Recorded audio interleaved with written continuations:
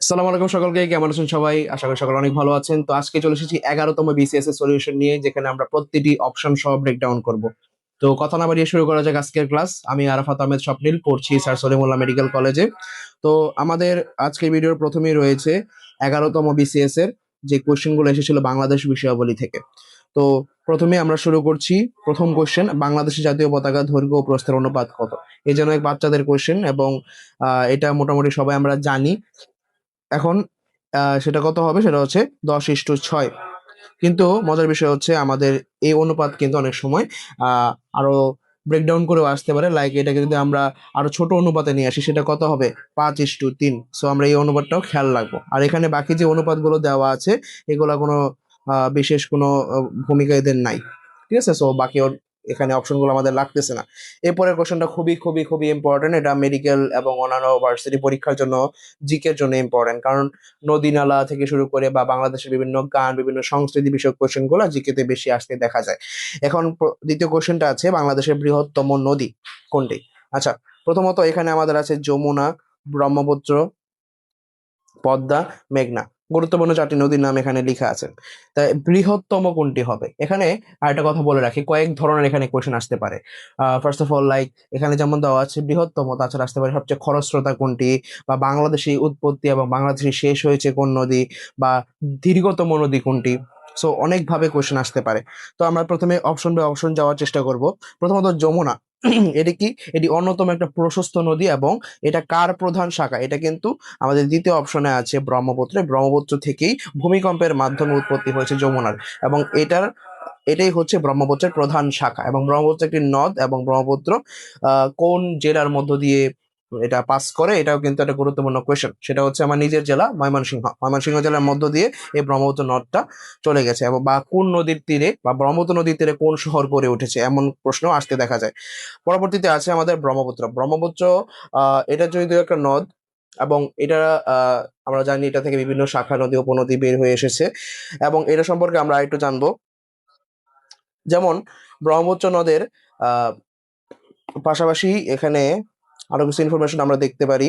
Like ভারতের মধ্য দিয়ে প্রবেশ করে এটা বাংলাদেশে প্রবেশ করেছে, এবং এটা হিমালয় পর্বতমালার মধ্যে এটা সৃষ্টি হয়েছিল। পরবর্তীতে আছে পদ্মা। আমরা জানি পদ্মার উপরে পদ্মা সেতু নির্মাণ কাজ করা হয়েছে, এবং পদ্মা সেতু সম্পর্কে অনেক তথ্য আসে। এবং এটি ভারত থেকে আগত একটি নদী, এবং ভারতে এর নাম কি? ভারতের নাম হচ্ছে গঙ্গা। তাই এই যে বলা যায় যে গঙ্গার প্রধান শাখা হচ্ছে এটি। এবং তারপরে আছে এটাকে আমরা দ্বিতীয় দীর্ঘতম নদী বলতে পারি, এবং এটা অত্যন্ত খরস্রোতা একটি নদী। ঠিক আছে, এরপরে আসি আমাদের last but not the least, এবং এটাই হচ্ছে আমাদের আজকের আনসার। যা হচ্ছে মেঘনা নদী। মেঘনা হচ্ছে দীর্ঘতম নদী। কেন বৃহত্তম নদী বলা হচ্ছে? কারণ এর দৈর্ঘ্য হচ্ছে 330 কিলোমিটার। দীর্ঘতম নদী বলার কারণ কি? এর হচ্ছে 330 কিলোমিটার, এবং এর গভীরতা, বার্ষিক পানি প্রবাহের পরিমাণও সবচেয়ে অনেক বেশি পরিমাণ থাকে, এই জন্য এটাকে আমরা বৃহত্তম নদী বলতে পারি। কিন্তু এখানে একটি কথা আমাদের মাথায় রাখতে হবে, এটাকে নন হিমালয়ান নদীও বলা হয়। কারণ কি? কারণ এটা হিমালয় থেকে এটা উৎপত্তি না। আমরা জানি আমাদের অধিকাংশ যত নদী রয়েছে, বেশিরভাগেরই উৎপত্তি হচ্ছে হিমালয় পর্বতমালা। কিন্তু এইটা তৈরি হয়েছে আমাদেরই বাংলাদেশের দুটি নদীর সংযোগস্থলের মাধ্যমে, যা হচ্ছে সিলেটের সুরমা ও কুশিয়ারা নদীর মিলিত স্রোত থেকে এই নদীর উৎপত্তি হয়েছে মেঘনা।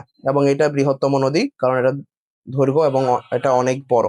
এরপরে আসি, কোন জেলা তুলা চাষের জন্য বেশি উপযোগী?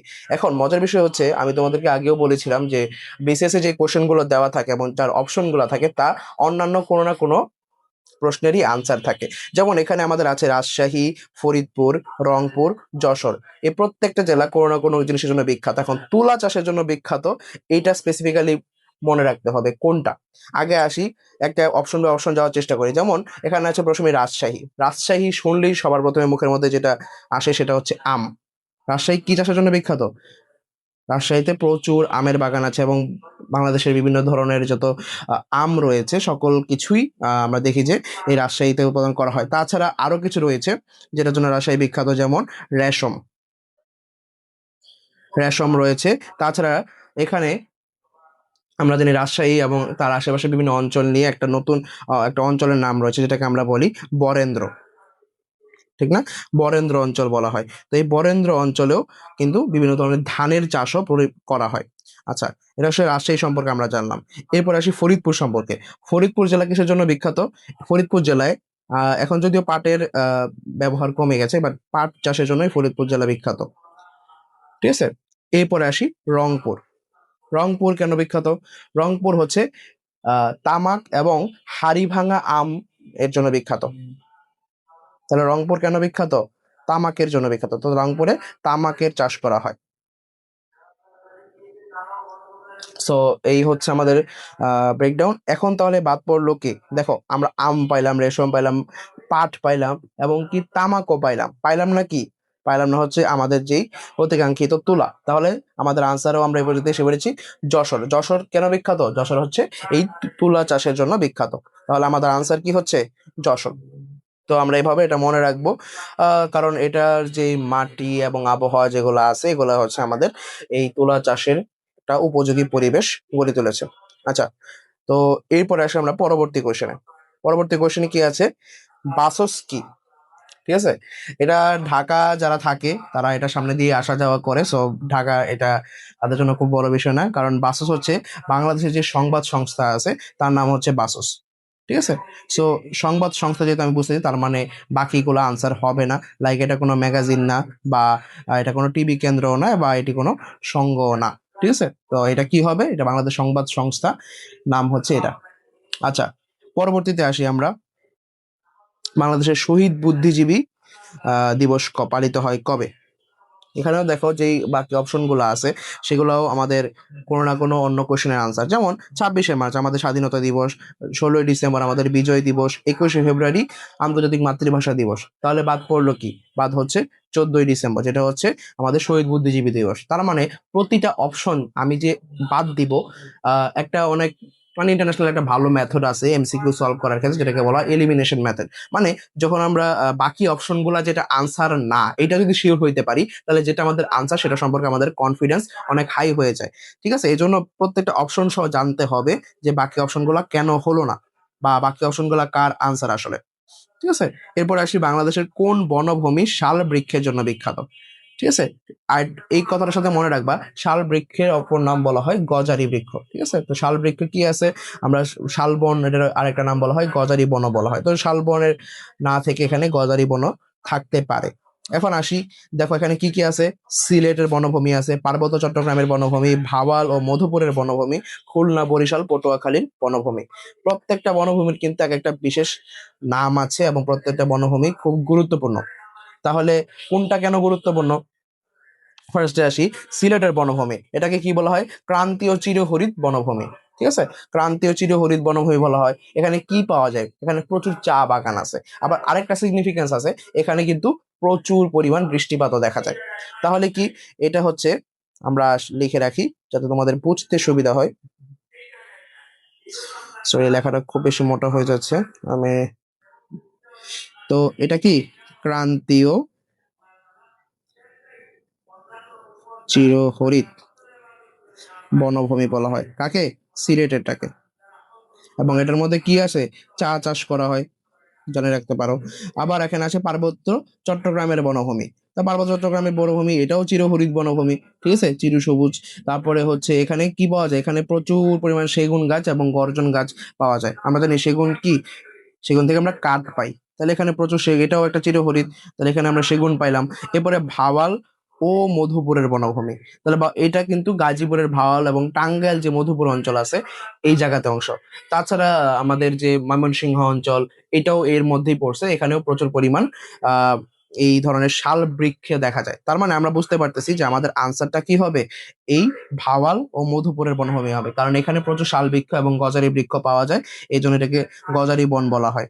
তার মানে আমাদের আনসার হচ্ছে ভাওয়াল ও মধুপুরের বনভূমি। এখন খুলনা, বরিশাল ও পটুয়াখালী যে বনভূমি আছে, এটা কি, এটার কি কোনো বিশেষ কোনো সিগনিফিকেন্স আছে? হ্যাঁ, এটা মূলত আমরা জানি যে খুলনা অঞ্চলটা আমাদের সমুদ্র উপকূলের কাছাকাছি পড়ছে। তার মানে খুলনা আমাদের যে কোনো উপকূলীয় বন বা যে ম্যানগ্রোভ বন, আমরা জানি খুলনার পাশেই আছে আমাদের যে বাংলাদেশের অনেক বড় একটা হেরিটেজ, সেটা কি? সুন্দরবন। তো সুন্দরবনে কি আছে? উপকূলীয় বনও আছে, এবং সেখানে ম্যানগ্রোভ বনও দেখা যায়। এবং এটাও কিন্তু খুব গুরুত্বপূর্ণ যে বাংলাদেশের উপকূলীয় বন বা ম্যানগ্রোভ বন কোথায় আছে? খুলনা জেলার আশেপাশে আছে, খুলনা, বরিশাল, এগুলাতে। আচ্ছা, তাছাড়া যেহেতু আমরা বিভিন্ন গাছ বা বিভিন্ন মানে ওরকম স্পেসিফিক কয়েকটা গাছের নাম বলতেছি, যেমন ওখানে আমরা সেগুন বললাম, এরপরে আমরা এখানে চাপ বললাম। তো এই উপকূলীয় বনে কিছু সিগনিফিকেন্ট গাছের নাম কি বলতে পারো? যেমন সুন্দরী। সুন্দরী বলাতে অনেকে খুশি হয়ে যায় না, এটা হচ্ছে গাছের নাম। এবং গেছুয়া গাছ, এগুলো গেওয়া গাছ, কেওড়া গাছ, অনেক ধরনের গাছ এখানে পাওয়া যায়। ঠিক আছে, সো এই হচ্ছে আমাদের মোটামুটি শেষ হয়ে গেল। এখন পরবর্তী কোশ্চেন একটা আমাদের ব্রেকডাউনের কারণে ঢেকেই গেছে, আমরা একটু ক্লিয়ার করে নিই। দেখো, হরিপুরে তেল ক্ষেত্র আবিষ্কার হয়, ঠিক না? কত সালে বলো তো? কেউ পারলে তাড়াতাড়ি কমেন্ট করো। ওকে, তাহলে এটা আনসার হবে হচ্ছে 1986 সালে। হরিপুরে তেল ক্ষেত্র কবে আবিষ্কৃত হয়? 1986 সালে আবিষ্কৃত হয়। এখন তাহলে কি হবে? বাকি আনসার গুলোর কোনো সিগনিফিকেন্স নাই, সো আমরা বাকি আনসার গুলা ব্রেকডাউন করার কোনো অপশনও নাই। ঠিক আছে, তো এগুলো আবার অন্য কোনো স্পেসিফিক ঘটনার সালও না, তাই আমরা মনে রাখবো এটা কত, তেল ক্ষেত্র আবিষ্কার হয় 1986 সালে। তাছাড়া এটা মনে রাখতে পারো, এই যেটা এখন কোথায় আবিষ্কৃত হয়েছে, বলা হয়েছে হরিপুরে। এখন বলো তো এই হরিপুর জায়গাটা কোথায়? এই হরিপুর হচ্ছে সিলেটে। এবং মনে রাখবা, গ্যাস ক্ষেত্র শব্দটার সাথে সিলেটের অনেক ভালো সম্পর্ক, কারণ আমাদের অধিকাংশ বড় বড় যত গ্যাস ক্ষেত্র আছে, আবার বিয়ানীবাজার গ্যাস ক্ষেত্র, এগুলো সবই হচ্ছে সিলেটের অংশ। এখন এটা 1986 সালে, এবং যদি আরো স্পেসিফিক্যালি কোশ্চেন তোমাকে করতে চাই, 1986 সালের 22 ডিসেম্বর এটা প্রথম করা হয়। কত? 86 সালের 22 ডিসেম্বর। আচ্ছা, তারপরে আমরা আসি আমাদের পরবর্তী কোশ্চেনে। আচ্ছা, এটা পরবর্তী পেজে রয়েছে। প্রথমে আসি মিশুকের স্থপতি কি। এটা খুবই একটা মানে কন্ট্রোভার্সিয়াল কোশ্চেন। কেন আমি বলতেছি, এবং এইটা যেহেতু 11তম বিসিএস এর একটা কোশ্চেন, তার মানে এটা নিয়ে একটু কন্ট্রোভার্সি হবে, কারণ বর্তমানের তথ্যের সাথে অনেক তথ্যের এখনো মিল পাওয়া যায় না। তাহলে মিশুক হচ্ছে, যেহেতু বুঝতে পারতেছি এটা একটা ভাস্কর্য, এবং এটার স্থপতিকে, এখানে দেখো আছে মোস্তফা মান। আমি কেন এটাকে কন্ট্রোভার্সিয়াল বলছি এটাকে আগে বলতেছি, দাঁড়াও। দেখো, মোস্তফা মানোয়ার, হামিদুর রহমান, শামীম শিকদার, হামিদুজ্জামান। ঠিক আছে, এখানে কন্ট্রোভার্সি হচ্ছে দুইটা নাম নিয়ে, এক হচ্ছে হামিদুজ্জামান খান এবং মোস্তফা মানোয়ার। ঠিক আছে, এখন বর্তমান তথ্য মতে, এবং আমরা যদি একটু ভালো করে রিসার্চ করে দেখি, যে এটা স্থপতি যদি বলা হয়, স্থপতি মূলত আসলে হামিদুজ্জামান খান। ঠিক আছে, তিনি হচ্ছে স্থপতি। কিন্তু আহ, এই এটার যে নাম মিশুক, এই নামটাকে নামকরণ করছে মোস্তফা মানোয়ার। তাহলে মোস্তফা মানোয়ার মেনলি নামকরণ করছে, কিন্তু আমাদের বেশিরভাগ বইগুলোতে আনসার হিসাবে মোস্তফা মানোয়ারকে নেওয়া হয়েছে। তো এই বিষয়টা আমরা একটু খেয়াল রাখবো। ঠিক আছে, কারণ বাংলাদেশের অনেক মানে বেশিরভাগ ক্ষেত্রে কম্পিটিশন যত কোশ্চেন হয় বা ইয়ে আছে, যেমন মেডিকেলের ক্ষেত্রে একটা ধারা আছে যে অনুশীলনীতে যে ভুল আনসার দেওয়া থাকলে ভুলিয়ে দাগাবা, এরকম ভাবে অনেক জায়গাতেই মানে আমাদের বইকেই বেশি প্রাধান্য দেওয়া হয়। যদি বইয়ে ভুল থাকে বা বইয়ে যেটা আনসার হিসেবে নেওয়া হয় সেটাকেই ধরা হয়, সো সেক্ষেত্রে তোমরা মোস্তফা মনোয়ারকে বেশি প্রায়োরিটি দিতে পারো। আচ্ছা, তারপরে হচ্ছে যেমন বাকি যারা আছে, শামীম শিকদার, এরাও অনেক ভাস্কর্য তৈরি করছে। যেমন আমরা জানি, এর আগের ভিডিওতে আমরা এটা পাইছিলাম, যে শামীম শিকদার স্বোপার্জিত স্বাধীনতা যে নামক যে বিখ্যাত আহ, ভাস্কর্য আছে, সেটাকে তিনি স্থপতি ছিলেন, স্বোপার্জিত স্বাধীনতা। তারপরে যদি আমরা আসি হামিদুর রহমান, এর সম্পর্কে তুমি জানো যে আমাদের সবচেয়ে গুরুত্বপূর্ণ একটি স্থাপত্য, ঢাকার যে কেন্দ্রীয় শহীদ মিনার আছে, তিনি এটার স্থপতি। তাহলে কি, কেন্দ্রীয় শহীদ মিনার, কেন্দ্রীয় শহীদ মিনার। আচ্ছা, এরপরে আসি যদি আমরা পরবর্তী কোশ্চেনে, কি আছে আমাদের এখানে, বাংলাদেশের কোন জেলায় সবচেয়ে বেশি পাট উৎপন্ন হয়? মনে আছে একটু আগে কিন্তু আমরা এরকম ধরনের একটা কোশ্চেন কিন্তু দেখে আসছি। আচ্ছা, প্রথমত আসি রংপুর। রংপুর কেন বলছিলাম একটু তাড়াতাড়ি রিমেম্বার করো, তাড়াতাড়ি বলো যে রংপুর কিসের জন্য বিখ্যাত?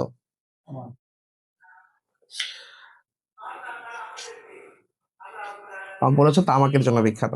আচ্ছা, এরপর আমরা আসি ময়মনসিংহ। ময়মনসিংহ কেন বিখ্যাত বলো? আমরা জানি ময়মনসিংহ প্রচুর পরিমাণ মাছ উৎপাদন হয়। ময়মনসিংহে কি হয়? প্রচুর দেশীয় মাছ উৎপন্ন হয়, এবং ময়মনসিংহে ধানের চাষের পরিমাণ অনেক বেশি। সো বলতে পারো মাছটা সিগনিফিকেন্ট, আবার ধান চাষও হয় প্রচুর পরিমাণ। টাঙ্গাইল কোন শিল্পের জন্য বিখ্যাত? তাঁত শিল্প। টাঙ্গাইলে প্রচুর পরিমাণ কাপড় উৎপন্ন করা হয়, এবং আমাদের যত দেশীয় বিভিন্ন ধরনের শিল্প রয়েছে কাপড়ের মধ্যে, সেইটার জন্য টাঙ্গাইল অনেক গুরুত্বপূর্ণ। তাহলে তাঁত শিল্পের জন্য বিখ্যাত। আচ্ছা, তাহলে বাদ পড়লো কে? ফরিদপুর। একটু আগে কিন্তু আমরা ফরিদপুরের কথা ডিরেক্ট পড়ে আসছিলাম যে ফরিদপুর হচ্ছে এই পাট চাষের জন্য বিখ্যাত। আচ্ছা, এরপরে আসি পরবর্তী কোয়েশ্চেনে। দেখো, উপকূল হতে বাংলাদেশের অর্থনৈতিক সমুদ্র সীমা কত? এই যে সমুদ্র সীমাগুলা খুবই গুরুত্বপূর্ণ, কারণ সমুদ্র সীমা শুধু এক ধরনের হয় না। সমুদ্র সীমা আছে রাজনৈতিক সমুদ্র সীমা, অর্থনৈতিক সমুদ্র সীমা। তো এগুলা জানতে হবে ভালো করে, এবং অপশনে কিন্তু সবই থাকতে পারে, যদিও এটাকে সহজ করা হয়েছে। যেমন অর্থনৈতিক সমুদ্র সীমা, এখানে যে অপশনগুলো আছে এটা থেকে এটা বোঝা সহজ। অর্থনৈতিক সমুদ্র সীমা হচ্ছে 200 নটিক্যাল মাইল। এখন এখানে যদি অপশনে 12 থাকতো তাহলেই সেটা কঠিন হয়ে যেত। কারণ কি, আমরা জানি, মনে রাখবা, রাজনৈতিক সমুদ্র সীমা মানে একটি দেশ তার রাজনৈতিক ক্ষমতা এখানে খাটাইতে পারে। তাহলে রাজনৈতিক সমুদ্র সীমা কত হবে? রাজনৈতিক সমুদ্র সীমা হচ্ছে 12 নটিক্যাল মাইল।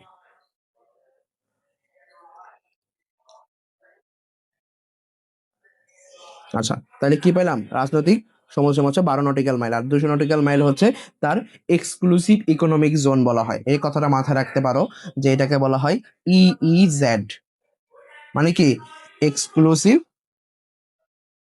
Economic zone. ঠিক আছে, এটাকে ইইজেড বলা হয়। আচ্ছা, এরপরে পরবর্তী কোশ্চেনে চলে আসি আমরা, যেটাকে বলতেছি আমরা জাতীয় ঔষধ নীতির প্রধান উদ্দেশ্য কি। দেখো, ঔষধ নীতি বলতে কি, যে বাংলাদেশে যেসব ঔষধ উৎপাদন হবে এবং যেগুলো বিভিন্ন জায়গায় বিতরণ করা হবে, এগুলার ক্ষেত্রে আমরা কোন তথ্যটাকে ভিত্তি হিসেবে গ্রহণ করব। দেখো, এখানে অপশনগুলো কিন্তু অনেকটা বাংলা কোশ্চেনের মতো। যেমন অপ্রয়োজনীয় এবং ক্ষতিকর ওষুধ প্রস্তুত বন্ধ করা, ঔষধ শিল্পে দেশীয় কাঁচামালের সরবরাহ নিশ্চিত করা, ঔষধ শিল্পে দেশীয় শিল্পপতির অগ্রাধিকার দেওয়া। ঠিক আছে, ওই যে বাংলা কোশ্চেন থাকে না, এরকম বাংলা সমাজ কোশ্চেনের মতো হয়ে গেছে। বাট এটাকে ভালো করে খেয়াল রাখতে হবে যে এইটা ওষুধ নীতির প্রধান উদ্দেশ্য হচ্ছে ক নাম্বারটা, অপ্রয়োজনীয় এবং ক্ষতিকর ওষুধ প্রস্তুত বন্ধ করা। দেখো, ওষুধ, আমাদের একটা রোগ হইলে ওষুধ খেলে হয়তো আমি সুস্থ হব, কিন্তু যদি আমি ভুল ওষুধ খাই এতে আরো আমার ডাবল ক্ষতি হবে। তাহলে আমাদের প্রধান উদ্দেশ্য হবে যে অপ্রয়োজনীয় এবং যেসব ক্ষতিকর ওষুধ এগুলো যদি বন্ধ করতে পারি, তারপরে যদি আমার দেশে অদরকারি জিনিসের চেয়ে দরকারি জিনিস যদি কম উৎপন্ন হয় তাও ভালো। আচ্ছা, তারপরে হচ্ছে বিদেশি বাকি, তাহলে বাকি আনসার গুলো কি, এগুলো হবে না। আচ্ছা, তো এখন আসি বিকেএসপি কি। বিকেএসপি আগে ফার্স্ট অফ অল তুমি যদি ফুল ফর্মই না জানা তাহলে হবে না। বিকেএসপি হচ্ছে বাংলাদেশ ক্রীড়া শিক্ষা প্রতিষ্ঠান। ঠিক আছে, বাংলাদেশের লেখা ইংলিশেও কিন্তু জিনিসটা বাংলা। বাংলাদেশ ক্রীড়া শিক্ষা প্রতিষ্ঠান। এটা কত সালে প্রতিষ্ঠিত হয়? 1986 সালে এটা সাভারে প্রতিষ্ঠিত হয়েছে। তাহলে কি বাংলাদেশ ক্রীড়া শিক্ষা প্রতিষ্ঠান, মানে আমি বুঝতেই পারতেছি এটা কি হবে, এটি একটি আহ ক্রীড়া সংস্থা। ঠিক আছে। আচ্ছা, পরবর্তীতে তার মানে প্রথমটাই হচ্ছে আমাদের আনসার, এটি একটি ক্রীড়া সংস্থা। তাহলে বাংলাদেশ ক্রীড়া শিক্ষা প্রতিষ্ঠান 1986 সালে। ঠিক আছে, এটা আমি একটু লিখে দিই, এটা সালটা গুরুত্বপূর্ণ। 1986 সালে প্রতিষ্ঠিত।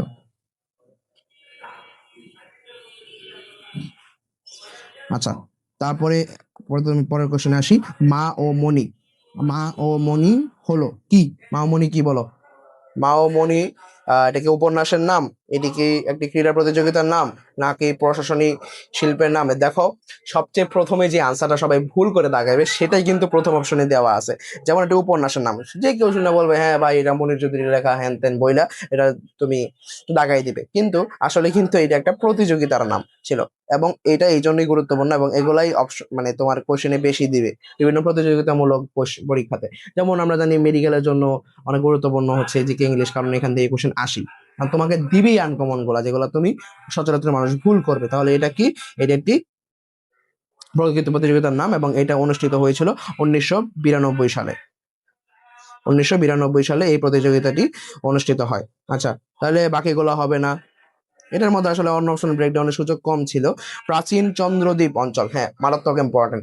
এই যে বিভিন্ন যে অঞ্চলে বিভক্ত করা হয়েছিল, যেমন সমতট অঞ্চল, গৌর অঞ্চল, তারপরে হচ্ছে এই যে এখানে আমরা এটা পাইলাম চন্দ্রদ্বীপ। তারপরে আরো অনেকগুলো আছে। তো এগুলা সুন্দর নেমোনিক দিয়ে সুন্দর করে পড়ানো যায়, ইনশাল্লাহ আমরা পরবর্তী ভিডিওগুলোতে এগুলো দেখবো। এখন দেখো এখানে যে চন্দ্রদ্বীপ আছে এটা কে হবে? ফার্স্ট অফ অল এখানে তো মালদ্বীপ হওয়ার অপশন নাই, যেহেতু এটা বাংলাদেশীয় অঞ্চল। সন্দ্বীপ হবে না, এটা হচ্ছে বরিশাল। তো বরিশাল কি আমাদের চন্দ্রদ্বীপ অঞ্চল বলা হয়। তাছাড়া আরো অনেক জনপদ আছে, ঠিক আছে, কিন্তু এই চন্দ্রদ্বীপের যে জনপদটা ছিল তার কেন্দ্রবিন্দু ছিল এই বরিশাল অঞ্চল। হাতিয়া হবে না, ঠিক আছে। আর তাছাড়াও যদি তুমি এগুলো সম্পর্কে জানতে চাও যে ভাইয়া এগুলো সম্পর্কে বলেন, তাহলে মালদ্বীপ কি? মালদ্বীপ হচ্ছে ভারত মহাসাগরের একটি স্বাধীন রাষ্ট্র। তারপরে হচ্ছে সন্দ্বীপ, এটা কি চট্টগ্রামের অন্তর্গত একটি প্রাচীন দ্বীপ অঞ্চলকে বলা হয় সন্দ্বীপ, তাহলে কি চট্টগ্রামে এটা অবস্থিত। আর বরিশাল তো আমরা বললামই চন্দ্রদ্বীপ। হাতিয়া কি? হাতিয়া হচ্ছে নোয়াখালী, সরি, নোয়াখালীর একটা দ্বীপের নাম হচ্ছে হাতিয়া। ওকে, তাহলে কি নোয়াখালীর একটা দ্বীপ আছে যার নাম হচ্ছে হাতিয়া, আর সন্দ্বীপ হচ্ছে চট্টগ্রামে অবস্থিত। ঠিক আছে, আমরা বুঝতে পারলাম। এবং আজকে শেষ এমসিকিউতে আমরা চলে এসেছি, সেটা হচ্ছে মহাস্থানগড়ে কোন নদীর তীরে অবস্থিত? বলো, এটা খুব খুব খুব গুরুত্বপূর্ণ। ঠিক আছে, খুবই গুরুত্বপূর্ণ। মহাস্থানগড় কোথায় অবস্থিত? আমরা জানি বগুড়ায় অবস্থিত। এবং এখানে কোন নদী হবে বলো তো? প্রথমে আসলে প্রথমটাই তো আনসার, এই কারণে ব্রেকডাউন করার সুযোগ কম। আচ্ছা, যে আমরা জানি মহাস্থানগড় হচ্ছে প্রাচীন যে পুন্ড্রবর্ধন ছিল, জনপদ ছিল, তার রাজধানী ছিল, বর্ধনের রাজ্যের রাজধানী, যাই হোক।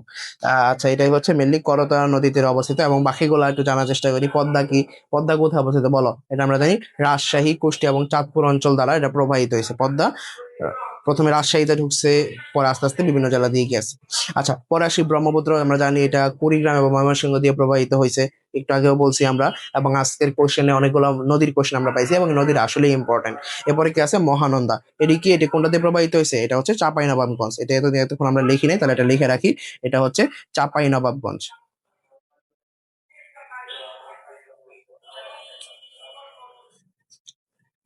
তাহলে চাঁপাইনবাবগঞ্জ জেলা দ্বারা এটা প্রবাহিত হয়েছে।